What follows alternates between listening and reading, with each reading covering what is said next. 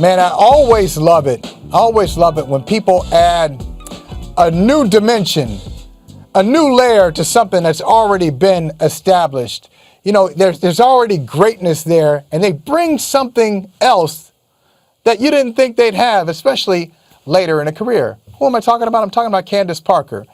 Mike, she's 34 years old, and today she was named Defensive Player of the Year in the WNBA. It's the first Defensive Player of the Year award she's had in her career. She's a two-time MVP. She's a finals MVP. She's a champion, all-star, has done so many things in her decorated career. And go back to her career at Tennessee. She was great there, too. Yeah. #1 overall draft pick.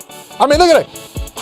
But now, Candace Parker. If there's something to be done, she's done it. If there's something to be done in basketball, she's done it. Yeah. And you know what I like, Mike? If you just look at the award is appropriate because she had a great season. But if you look at it, her numbers, and this is not supposed to happen, her numbers in a lot of areas are the highest they've been in like 7 or 8 years. You know, her field goal percentage is way up there. Her three-point percentage is way up there. Average almost 10 rebounds a game. So shout out to Candace Parker. I wanted to be sure to talk about her in this show because I'm a big fan. No, I like that we're talking about her after, you know, leading off the show with Breonna Taylor. You know, I want to celebrate this queen. You know, I want to give her flowers. You know, I happen to know Candace pretty well. I've gotten to know her pretty well. I don't want to overstate it, but I do consider her a friend. Name drop. No, it's just more. I just want to kind of, it's disclosure, you know, because I'm about to sing a lot of praises about her personally. I mean, you've laid out all her professional accolades, and she's one of the best to ever play the game. And I know it's important to her to get this award. I think she posted on Instagram that this is going to go on the top shelf because she thinks about her late great coach Pat Summitt and how Pat Summitt said, offense wins games. Offense sells tickets, defense wins games, but rebounding wins championships. The rebounding part was Pat Summitt's part.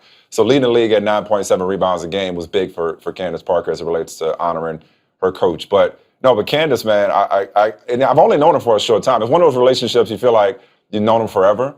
I only really got to know her. We had crossed paths before, but I only really got to know her in February. Matter of fact, I was at Soho House in Chicago at All-Star Weekend, and I'm having dinner with Mark Spears, and Candace Parker walks in, and she sits down because she knew Spears better than she knew me at that point. And again, we knew each other, but she sits down and we have dinner, and man, I mean, she's brilliant. She is every bit as brilliant off the court as she is on it. And you have one conversation with her, and listen, the country gets to know her, regardless of how closely you follow the WNBA. She's one of the best commentators and analysts in basketball on TNT right now. She's doing amazing work. It's about time, isn't it?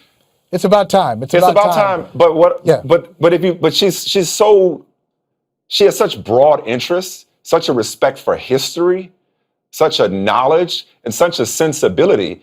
I just want to give her props for how she's used her voice and her platform in this moment. We focus a lot on the men.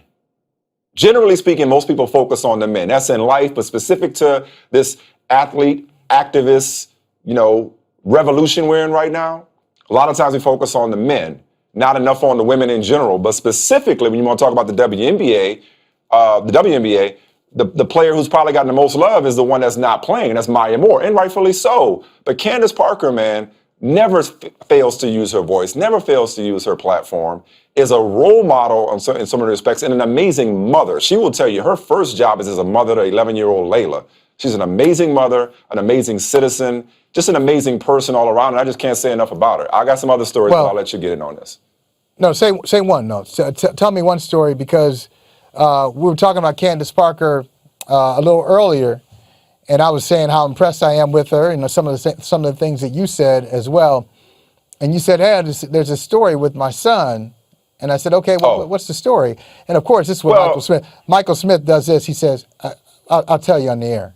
So tell me the story real quick, man. What's the story? Yeah, no. So, again, parenting is her biggest passion. She does an Instagram Live, show called parental confidential. That's her biggest passion is parenting. She's Layla's with her in the bubble right now. So we always talk about parenting whenever we talk on the phone. And so my son was struggling because, early in the pandemic, he had made the travel AAU team. And he was so excited. He was so excited to have made that team. He worked hard. He deserved it.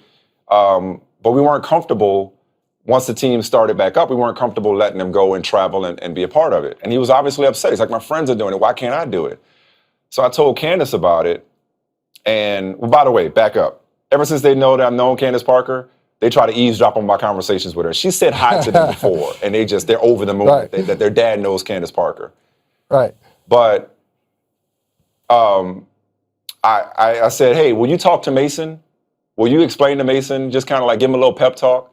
And she was like, Mason, your parents are responsible for you and not your friends.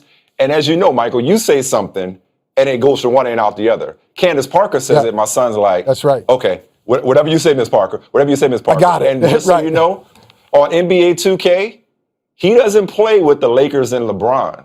My son plays with Candace Parker and the Sparks.